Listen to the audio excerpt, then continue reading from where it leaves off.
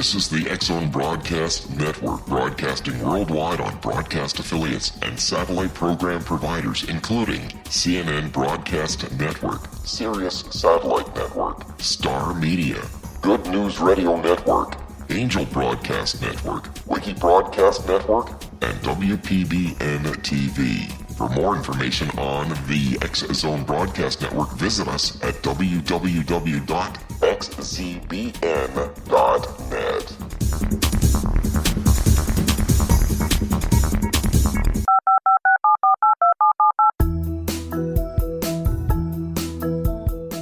Did you know that when you're on the road with limited data or Wi-Fi, you can still listen to the X-Zone Radio Show with Rob McConnell, The Science of Magic with Gwilda Wiyaka, X-1, Dimension X, Space Patrol, and every minute of the X-Zone Broadcast Network by calling 213-401-0080, courtesy of Audio Now.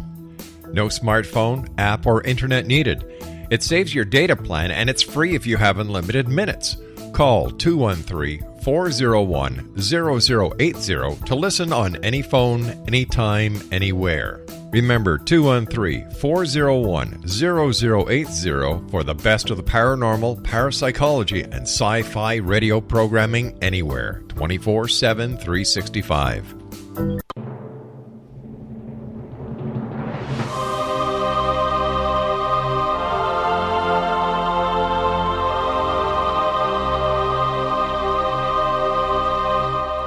The Science of Magic with Gwilda Wiyaka is largely an opinion talk show. All opinions, comments, or statements of fact expressed by Gwilda Wiyaka's guests are strictly their own and are not to be construed as those of the Science of Magic or endorsed in any manner by Gwilda Wiyaka, Relmar McConnell Media Company, its affiliated networks, stations, or employees.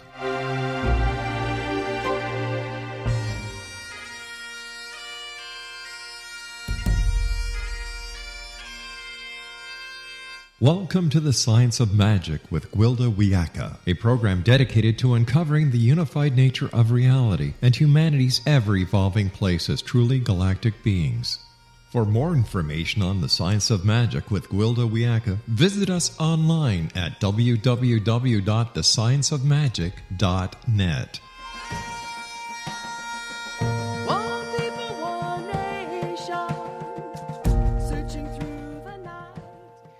Welcome to the Science of Magic, a place where science and magic come together to transform fact into evolving truth. We're proudly coming to you through the ever-expanding X-Zone Broadcast Network, xzbn.net, and can also be found on our website, thescienceofmagic.net. I'm your host, Gwilda Wiyaka. This hour we'll be exploring by design. The physical body is made of nature, and therefore holds nature's design and ability to renew itself.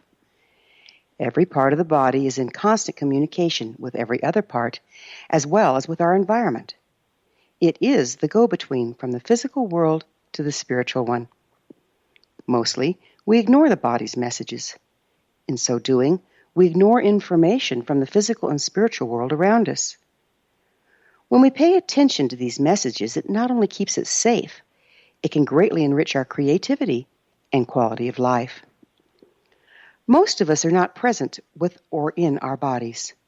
Somewhere along the line, we lost the true form of embodiment. I learned early in my childhood that my body was often not a safe place to be. I became a master of disassociation.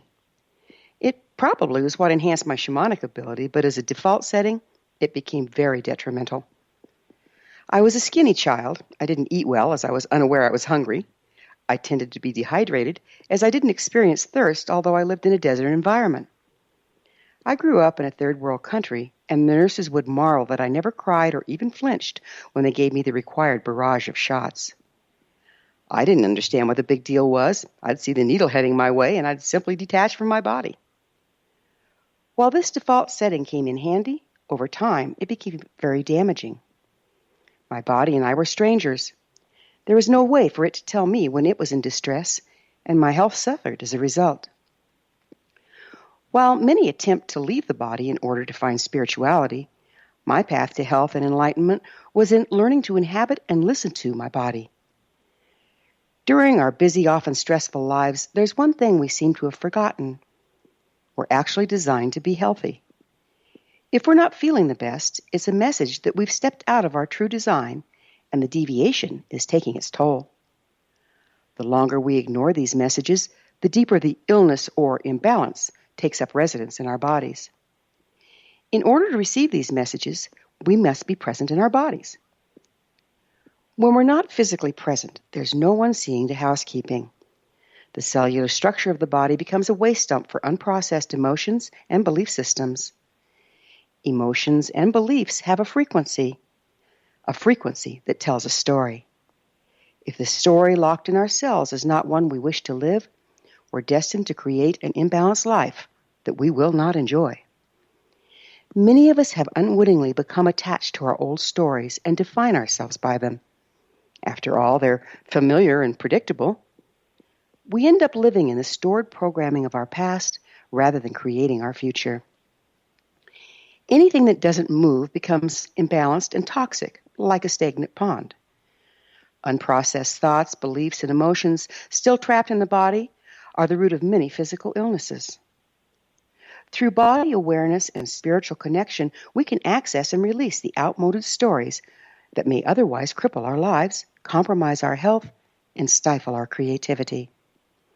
By being present with our body, we can set up a cooperative dialogue with it, and together, heal whatever ails us. This is the secret behind spontaneous remission of terminal disease. This is the secret behind living an enlightened life. Our guest this hour, holistic coach and craniosacral therapist Jeannine Wiest, is the author of Alchemy of Self Healing. Jeannine specializes in working with highly stressed, overwhelmed women, helping them transform the energy trapped in their body so they can reconnect with their creative power and release pain. A longtime teaching assistant for the Upledger Institute, she's dissected a human cadaver, traveled with a group of therapists to Bali to give cranial treatments to chronically ill children. After this commercial break, I'll introduce Jeannine, and together we'll explore the process of reactivating our true design. So don't go away. You're listening to The Science of Magic. Prior innovative episodes can always be found on our website, thescienceofmagic.net.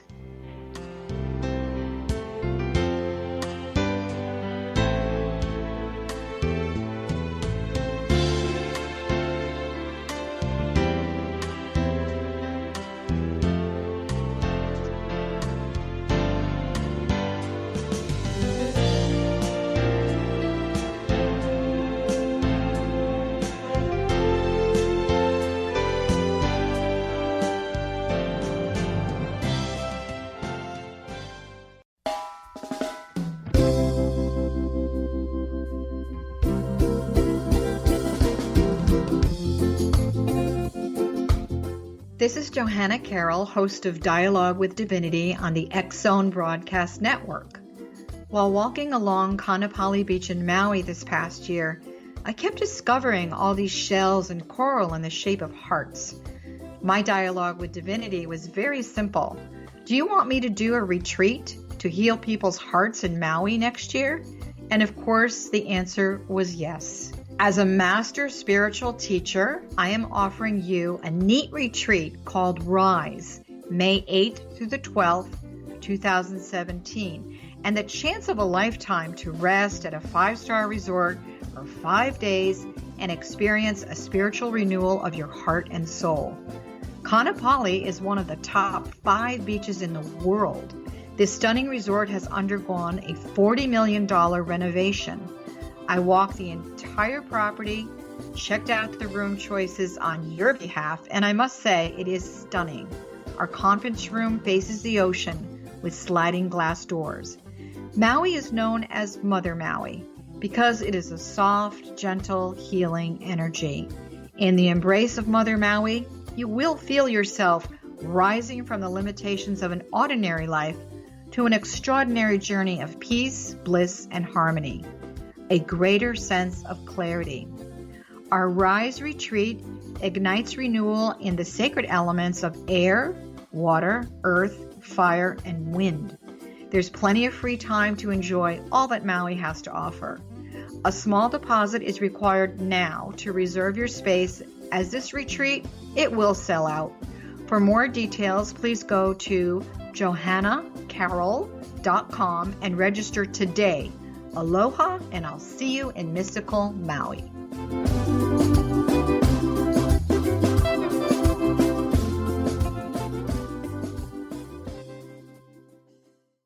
How would you like to be able to read other people's minds? Well, the next best thing is here. When you know how to read a person's name, you know how the person thinks, feels, and behaves. Each letter in our name holds a key to unlock our true essence. Our name contains both our gifts and challenges in this lifetime. Nemology science discovers personality secrets hidden in the placement of the letters of our names, including the first and last impression people remember about us. Sharon shows us how to interpret the arrangement of letters as outlined in her book, Know the Name, Know the Person.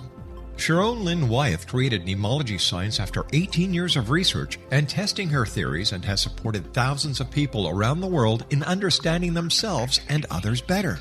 You'll enjoy Sharon's unique teachings as she shares her system to learn the gifts behind your given birth name. Even if you don't like your birth name, there are jewels in this book.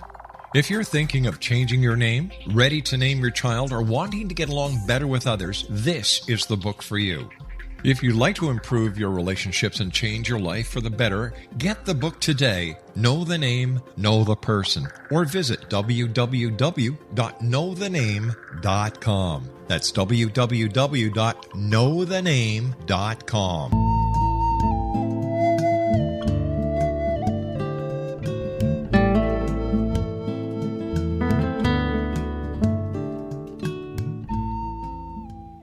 Welcome back. This is the Science of Magic, dedicated to unification and evolution of consciousness.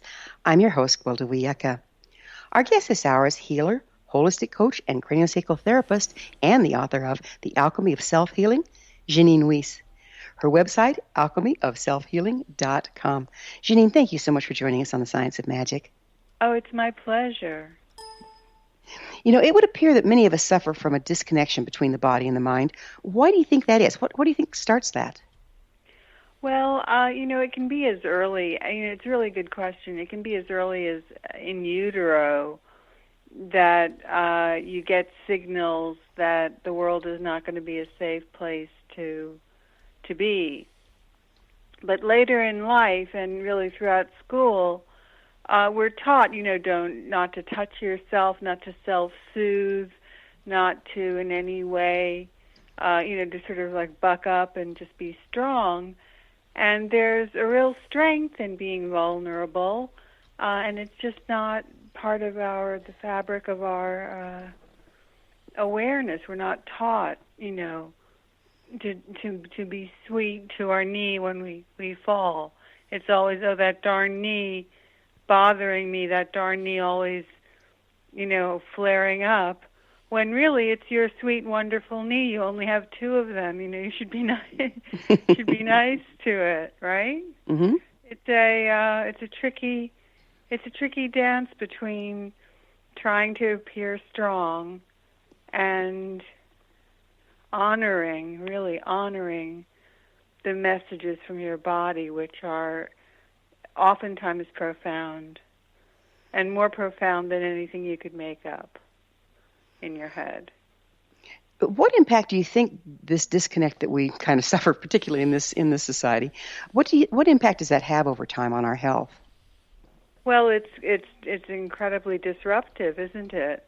And we have the option of turning it around, but we're not taught. The men in white coats don't give us the information that we need. They don't have the information. That's why I say in my book about it's great to have experts, but who better than you to be your own expert on how you're feeling in your body?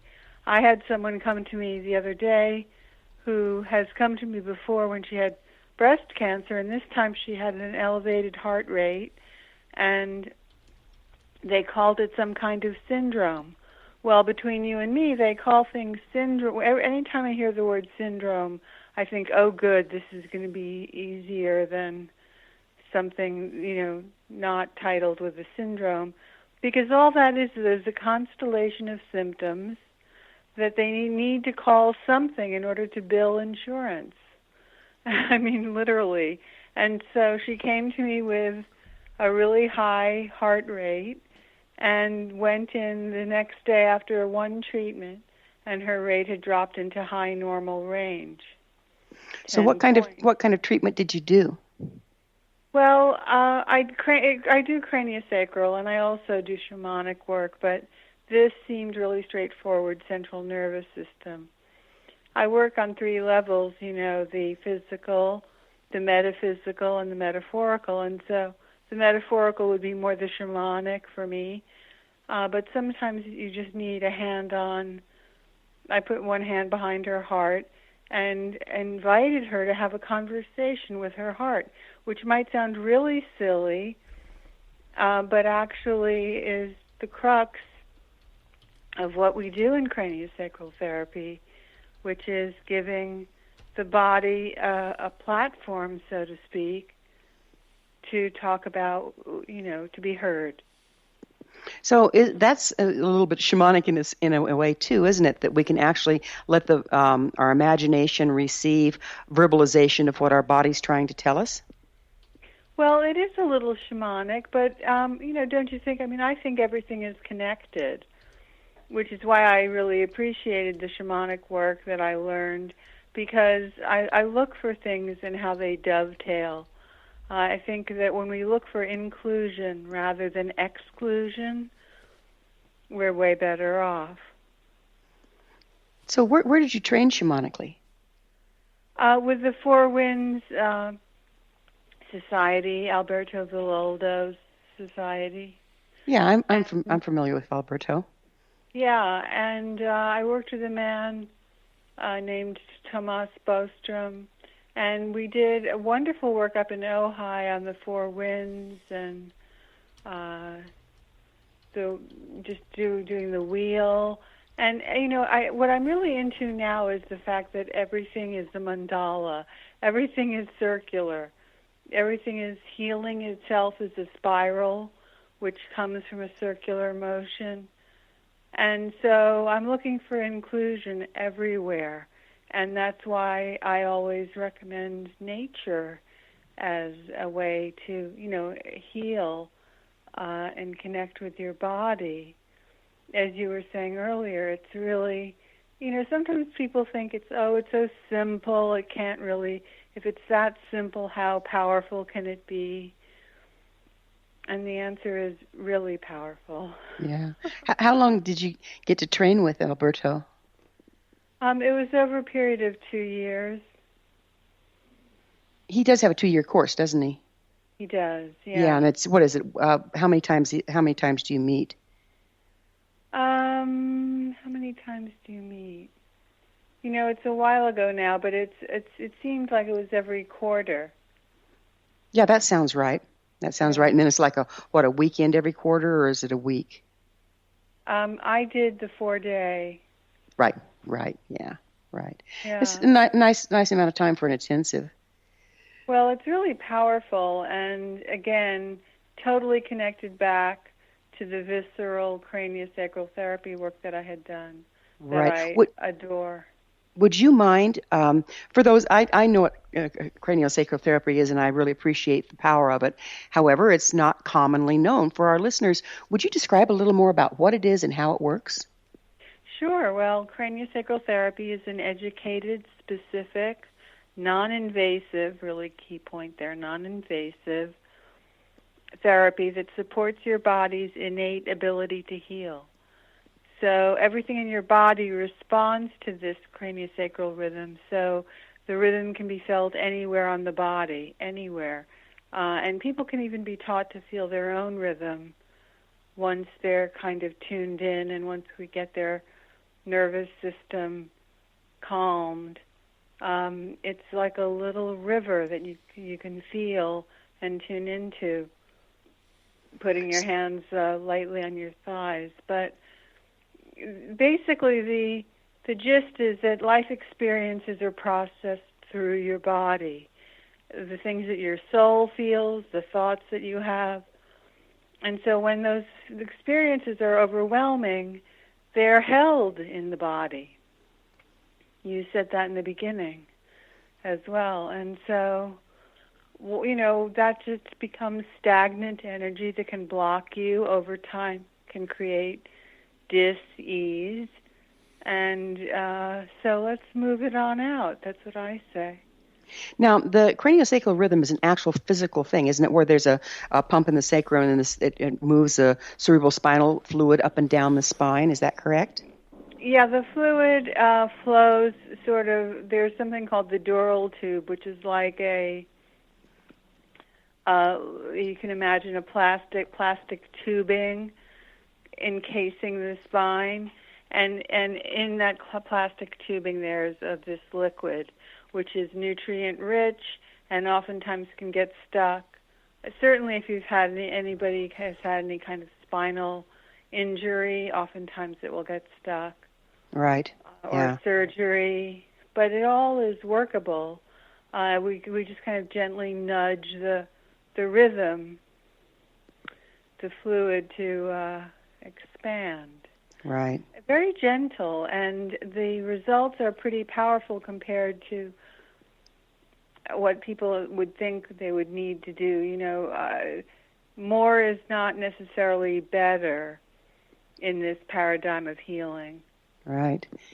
So what is cellular knowing? Cellular knowing is that sort of deep awareness. Well, it's twofold. There's a deep awareness of what's going on inside you once you start living a nature-based life and you start relating what your incoming challenges might be to nature.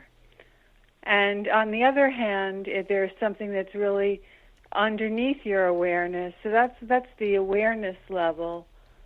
But there's also a level where your body is responding to cells just by rote. It just doesn't, and so that's either going to be good or bad. But your cells themselves can replicate maybe by mistake, let's say. That happens with cancer, where it just gets faulty information and changes the pattern and just keeps replicating until otherwise noted. So you can change that. I mean, the good news is you can change the information that the cell receives, and that's sort of a hierarchy of awareness that's maybe a little dense, because you think, well, how do I know? And it's one of those things where you just kind of tune in and feel. And a lot of this is about trusting that your body is a brilliant creation, and that it doesn't, people will think, oh, your body's making a mistake, and your body is not making a mistake. It's feeding off of whatever, it's the same thing with how it runs. Let's make an easier analogy with nutrition, right? Well, what you garbage in, garbage out. Your output is going to be less if you eat Twinkies all day, right? So, again, the closer we stay to nature in our dealings with our body, the better it can run? Yes, and the better attuned we are to unseen support, which is everywhere but is deeply discounted. And in our society, we're just not set up. You need to see it to believe it. You need to feel it and touch it in order to know it's real. And that's really just not true in the larger scheme of things. But again, as your first question to me, we're not taught. We're not, if a child is tuned into energy and what's going on beyond their five senses, oftentimes they're told, oh, that's just your imagination. Yeah, we're going to have to pick up with this on the other side of the break, and it's a really great point, so I do want to. Okay, Jeannine and I will return to our discussion after this short break. We're coming to you through the land of leading-edge paranormal broadcasting, the X Zone Broadcast Network. Don't miss the other fine shows and hosts on xzbn.net. You're listening to The Science of Magic, thescienceofmagic.net. I'm Gwilda Wiyaka. We will be back, so don't you go away.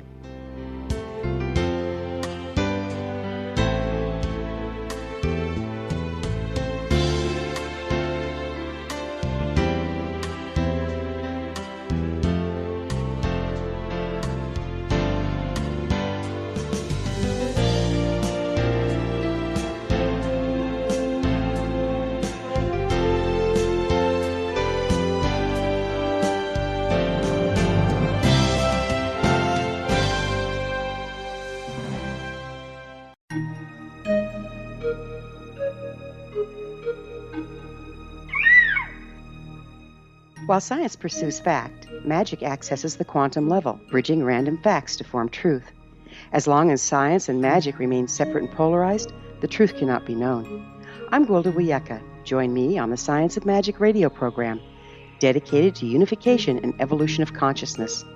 During each episode, I'll be speaking with experienced and respected scientists and mystics. From astrologers to astronomers, from medical doctors to shaman, the scientific method to dowsing and intuition, we'll weave together information from seemingly divergent practices to promote unity and enlightenment. Join me, Gwilda Wiyaka, and the Science of Magic right here on the Mutual Broadcast Network. For more information, visit www.thescienceofmagic.net.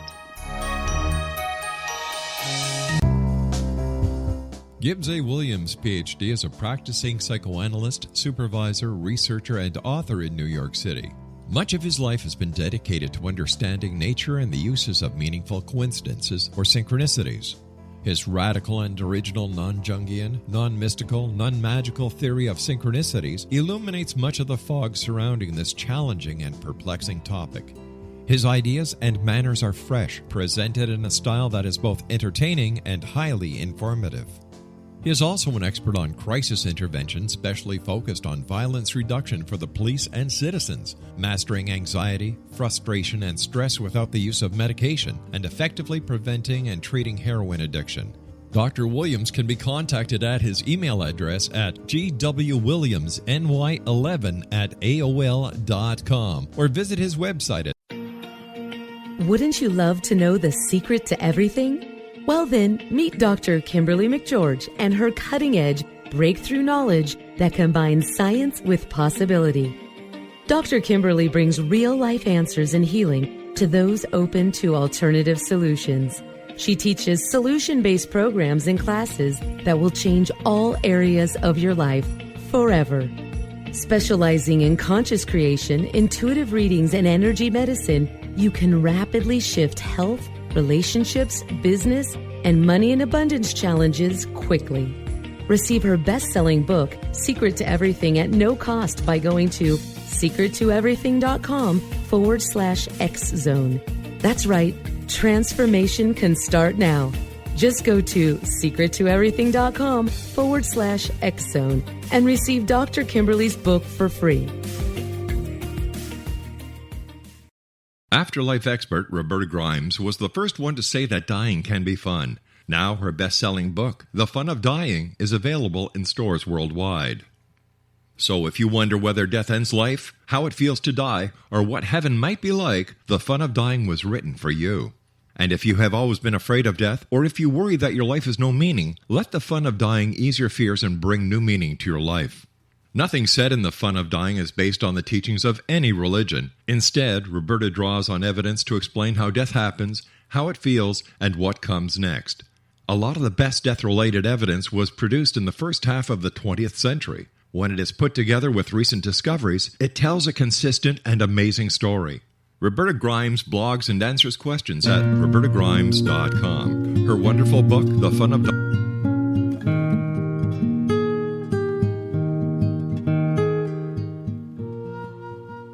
Welcome back. This is the Science of Magic, a place where magic and science come together to promote enlightenment. I'm your host, Gwilda Wiyaka. Our guest this hour is healer, holistic coach, craniosacral therapist, and the author of Alchemy of Self Healing, Jeannine Wiest. Jeannine, we were just talking about how we can create things in our imagination, and that's invalidated from early on. And doesn't that cripple our ability to create? Well, it can, but the beautiful part is that it's there at any moment that you choose to include it in your life. So it's not like, oh, there's this big, huge learning curve. It's just there. And that's why I called the book The Alchemy of Self Healing, because alchemy is turning something ordinary into something extraordinary, right? And the fact is, you can take what you deem ordinary and absolutely shift it in a moment's notice. That goes along the lines of what you were talking about when you were talking about spontaneous remission. So, I found a woman from Australia, an attorney, just sent me something about my book yesterday, and I actually thought I'd read it to you because it kind of explains what I think a lot of people go through. She actually got my book in the library in Sydney, and she said, I loved the sensory tasks and noticing things like man-made technology in nature in suburbia. I loved the superhero and goddess questions, and I enjoyed working with Transformation Circle. I realized, and this is the important part, or the interesting part, I think, for listeners, she says, I realized how much I struggle and fight against everything in my life, which is really fighting against life itself, isn't it? I had a massive ongoing pain behind my right shoulder blade for months. It might even have been years, which I previously thought was just from my desk job and carrying around kids. But a more in-depth treatment and look at my body revealed that my right shoulder is tired from holding up my sword, so to speak, constantly in battle or prepared for battle. So I think a lot of people are in that situation where they're armed for something, waiting for another foot to fall, waiting for something negative to happen, and they need to feel armored when actually the healing and the strength will come from exactly the opposite, from laying down the sword. So true. So tell us about trauma and memory being stored in our cells. I think that's very fascinating. I've certainly seen evidence of it. What do you know about that? Well, I see that in my practice every day. People will come in with this story. Oftentimes it isn't even theirs. Oftentimes it's an ancestral story. For example, on my mother's side, they were French-Irish potato farmers. Okay, so I grew up with hearing the family mantra on that side, Jeannine, life is beautiful, but it isn't easy. Okay, so that's kind of, it might sound sort of benign. I mean, there are worse family mantras that I've heard, but somehow in my body, I when I have a choice in life to take the easy way or the hard way, historically I'll take the hard way, just because of that. It's been encoded in my DNA in a way that the hard way is either the virtuous way or, they would say the only way. And so in order to break free from that, first you have to become aware of it, but you have to become aware of it not on a mental level, but on a visceral, cellular level. So when you do that, then you have developed a spaciousness, and you can actually create a new outcome or a new mantra for your own family, starting with you and moving forward rather than dragging the past with you. I find it interesting that we know that we have neurological pathways, the burnt rut, the path most often traveled. And this certainly lodges in there. The things that we hear as we're growing up become these neurological pathways that dictate our thought process. But how that stores in the cellular structure and in the DNA, what are the scientific principles behind that? Energy trapped. So in other words, everything is energy. Energy cannot be created or destroyed, but it can be transmuted. It can be transformed. So that's what we're looking to do. So if you have trauma entering your body, there are only 3 choices of what it can do. If you're the Dalai Lama, it can just pass right through you without missing a beat. If you're lucky or you've done work on yourself, you can feel the trauma for the moment and then let it go, which is highly desirable to get to that state. Or the energy will get lodged in your body in a weaker part of your body, sort of literally whatever your Achilles heel might be. In the little piece that I read from the woman in Australia who was thanking me for my book, it's her shoulder. It's her right shoulder. Everything goes right there. So are there any scientific studies on this? Do you have any case studies that we can kind of explain here?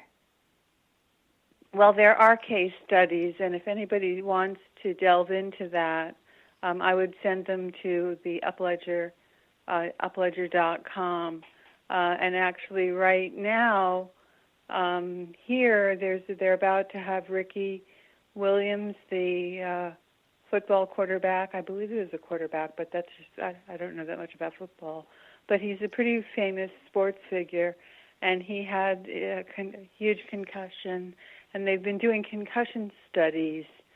And actually, he's going to be on the Arnold Schwarzenegger's Apprentice television show. So they will be, and he's playing for the Upledger Institute.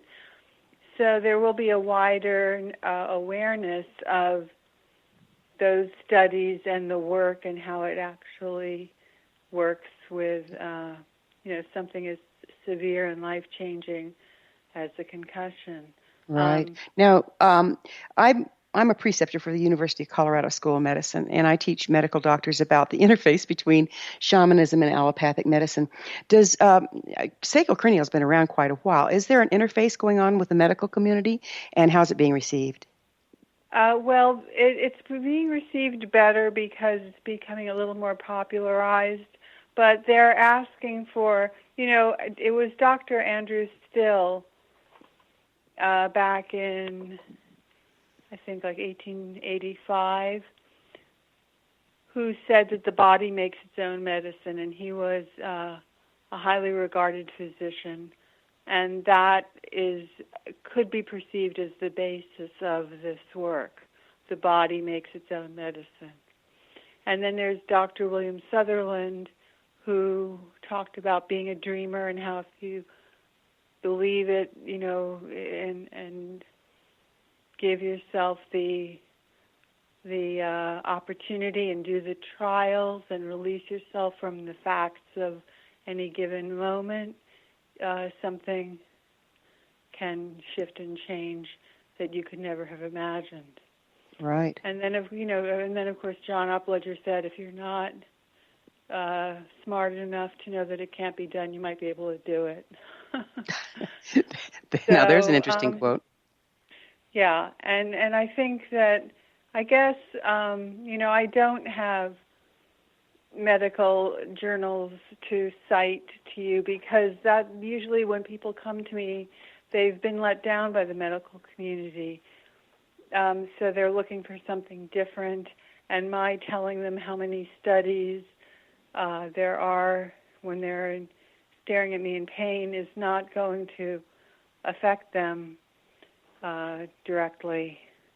I'm finding help, I understand that, but I'm also finding that, boy, we're coming into a time when we really need to find common ground and cooperate with all the systems out there, because I think it takes all of us. Absolutely, yeah. I agree, and I think that people are opening up into what they're calling integrative medical centers now, and that's a wonderful thing, and it's a great. Instead of saying that what we do is alternative, they're calling it integrative, and I think that is a huge step. I know there's a hospital here in California, a Kaiser Permanente hospital, which is a huge chain, and they have integrative medicine. Yeah, thank goodness for it. Thank goodness for it. the thing is, you make small inroads. For example, if you work in sports medicine, like I mentioned, Ricky Williams, that is an area where they're really looking for ways to be able to do something quickly on a field when there's an accident. And this is perfect work for that. So if it becomes known for healing a headache or healing a sports injury, I figure let's just take that, let's take the and slowly grow from there.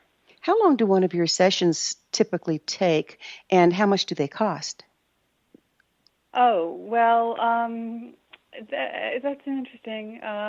Let's see, about an hour to an hour 15. A first session is usually an hour and a half, because to me the session starts when the person walks in the door.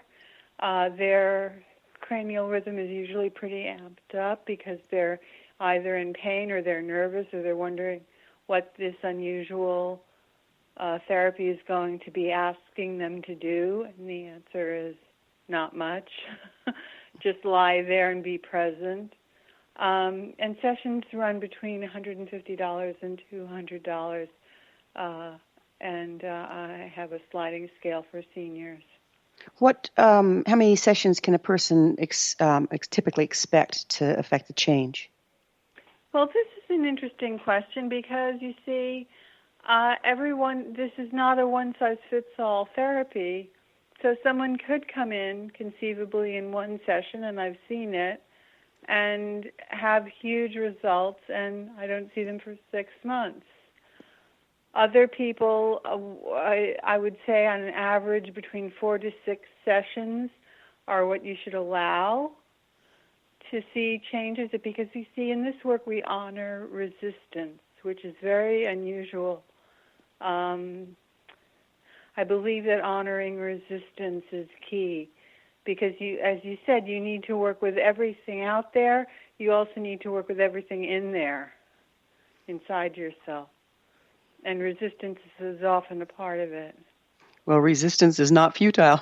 We're going to have to take another break. Jeannine and I will be back shortly. You're listening to The Science of Magic, thescienceofmagic.net, the place where altruistic professionals of science and the esoteric create common ground for the betterment of our world. We're brought to you by the leader in paranormal, spirituality, and alternative health programming, the X Zone Broadcast Network, xzbn.net.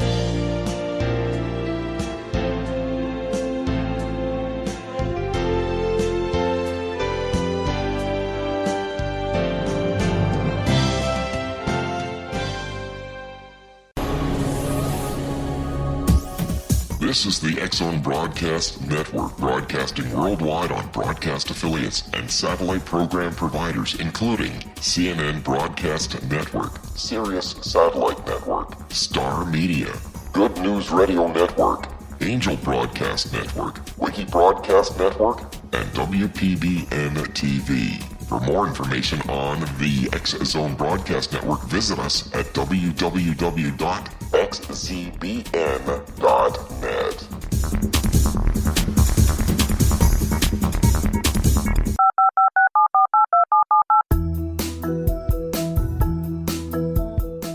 Did you know that when you're on the road with limited data or Wi-Fi, you can still listen to the X Zone Radio Show with Rob McConnell, The Science of Magic with Gwilda Wiyaka, X-1, Dimension X, Space Patrol, and every minute of the X Zone Broadcast Network by calling 213-401-0080, courtesy of Audio Now. No smartphone, app, or internet needed. It saves your data plan, and it's free if you have unlimited minutes. Call 213-401-0080 to listen on any phone, anytime, anywhere. Remember, 213-401-0080 for the best of the paranormal, parapsychology, and sci-fi radio programming anywhere, 24/7, 365.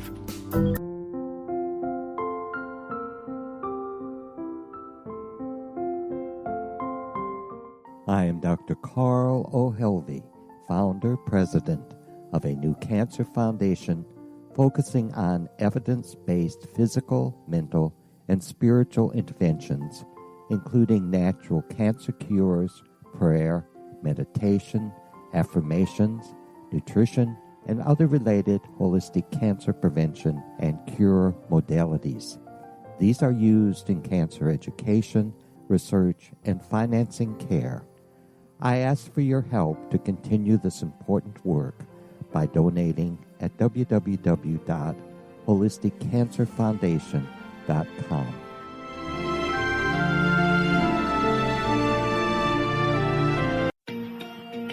Wouldn't you love to know the secret to everything? Well then, meet Dr. Kimberly McGeorge and her cutting-edge breakthrough knowledge that combines science with possibility. Dr. Kimberly brings real-life answers and healing to those open to alternative solutions. She teaches solution-based programs and classes that will change all areas of your life forever. Specializing in conscious creation, intuitive readings, and energy medicine, you can rapidly shift health, relationships, business, and money and abundance challenges quickly. Receive her best-selling book, Secret to Everything, at no cost by going to secrettoeverything.com/X-Zone. That's right, transformation can start now. Just go to secrettoeverything.com/X-Zone and receive Dr. Kimberly's book for free.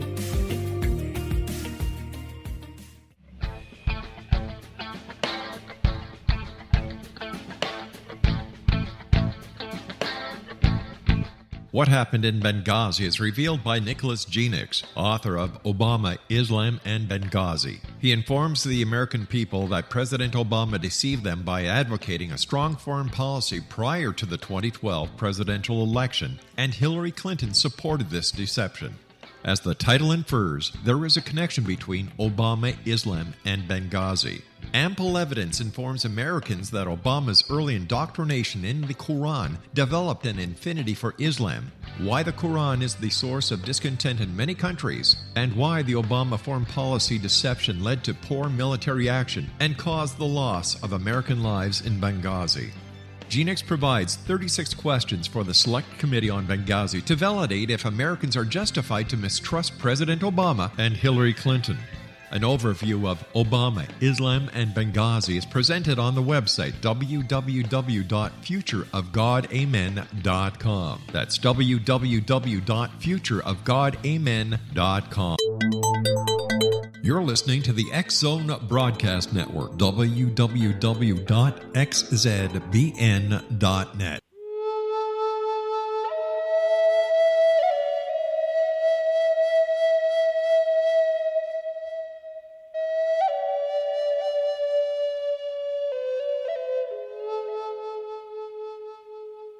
Welcome back. This is the Science of Magic, bringing together gifted people of service to the world. I'm your host, Gwilda Wiyaka.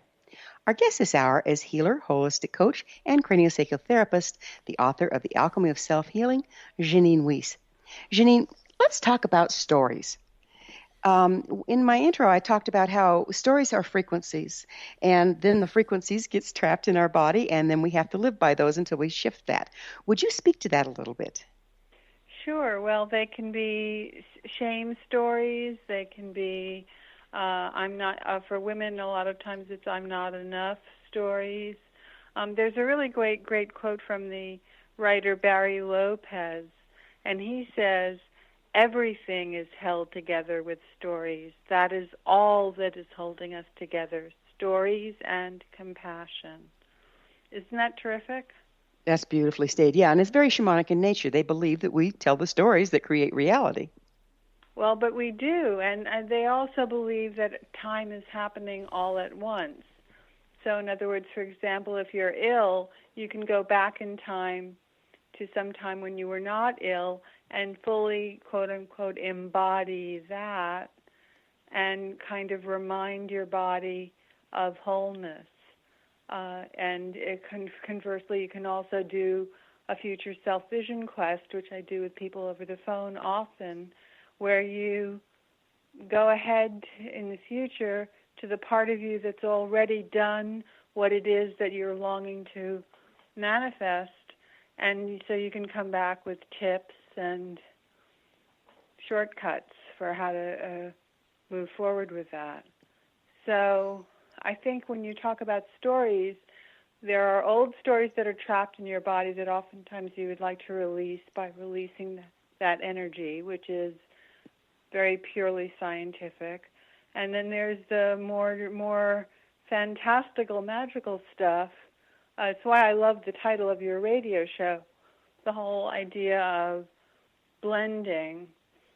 And so you can blend and create a story. And, it's different than saying an affirmation. I'd like to make that point.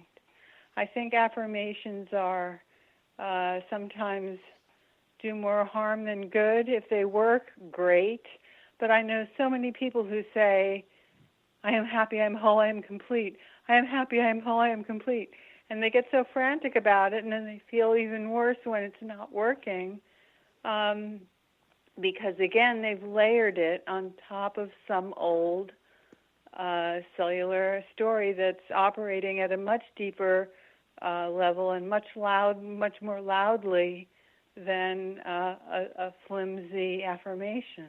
I'm glad you mentioned that. I think affirmations are very, very powerful and profound, but they have to come in the proper order in healing. In other words, you got to get rid of the old messaging, and then if you use the affirmation, it can help reprogram and to integrate. Is that what you're talking about? Exactly. You can't just layer it. It's like having a crummy foundation and just laying something on top of it and expecting it to take. It doesn't work that way. It just doesn't work that way. Right? I mean, there is some excavation that needs to be done, but it doesn't have to be painful. Sometimes people will say, I don't want to dredge up all that old stuff. But it's not like dredging. You don't have to go blow by blow remembering every single thing. You can just go back gently, really gently. That's why this is such elegant work. And suggest and inquire, what does the body need to let go of in order to fill in the blank, whatever you're looking to do? Our guest this hour is healer, holistic coach, craniosacral therapist, and the author of Alchemy of Self Healing, Jeannine Wiest. Her services and other goodies can be found on her website, alchemyofselfhealing.com. Jeannine, there's something that's kind of confusing for me, is, I'm sure for our listeners, in one sense we're saying, okay, this is stored in our DNA, and the other we're saying, well, if we rewrite the story, we can change it. Could you fill me in on that? Sure. Again, this is really speaking more to the order of things. There are different ways to address a problem or a challenge. And so for some people it will be ancestral, which would be the stored in the DNA part, and for other people not. So first you would address, so if it came up in the work that there was an old story that was like my potato farmer lineage of life is beautiful but it's not easy, therefore what I heard as a child is it's better to take the hard road, better to make things difficult rather than easy. That's something that was coded in my DNA. So when that came to me, I need to work with that before I can successfully change something and just rewrite a new story, right? If I were to try to rewrite that story before addressing what I became aware of with the ancestral potato farmer story, then I wouldn't have the results. I'd be basically like a chicken with its head cut off, just running around in circles. So it's two parts. The thing is that when you do this work, it's a little messy. You might not get the ancestral piece first. You might be working on some other things. We might just be releasing physical restrictions, right? So you have this opportunity, though, when something comes up, to realize, okay, where in the pie does this fit? That's why when I was talking earlier about mandalas and how I'm so fascinated about how I see mandalas in everything. This is an example where I would say, okay, in my healing mandala, for example, until I get that ancestral piece, I'll be doing work in other areas. But once I get that, I think it behooves me to work with that. Does that explain it a little bit more? It's more about the order of things. I think the what we're looking at here is we're kind of taught that DNA is set in stone and that it's passed down from our ancestors and you don't change it. You might have to be aware of it, work around what you might be set up for, in other words, genetically predisposition to illness or something, but that it's set in stone. And yet what you're saying is that, and I'm not saying it's set in stone, but I'm saying that's the view. What you're saying is that it can be changed. So how do we reconcile those two?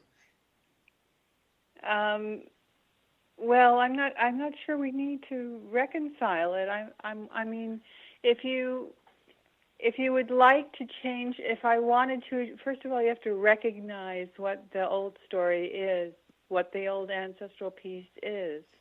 So, for example, sometimes for me, just recognizing the potato farmer piece was a huge weight off my shoulders. It opened up and gave me a spaciousness that I didn't have before. How I would move forward with that, so that's, I guess, what I'm not sure why you would need to reconcile it, unless you have such a strongly held belief that you can't change things, in which case you're doomed to repeat whatever the history is, as we know. So it's not so much changing the DNA as recognizing what the programming is and choosing not to participate? Well, it's changing your relationship to it, which is everything. I think that's what life is, right? It's changing your relationship to it. So if you change your relationship to it, therefore this means X, maybe that's not true. Gee, that opens up the possibility then that there could be another way around a situation or a illness or a challenge. How would you tell our listeners, what's a really good way to start recognizing when we're living out of a story that we may or may not want to be living out of? When you have knee-jerk reactions, that are baseless.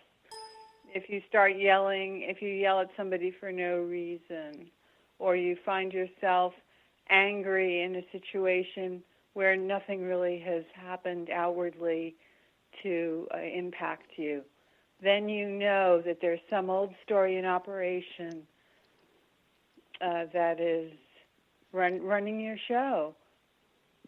So in other words, you're not responding the way you would choose to?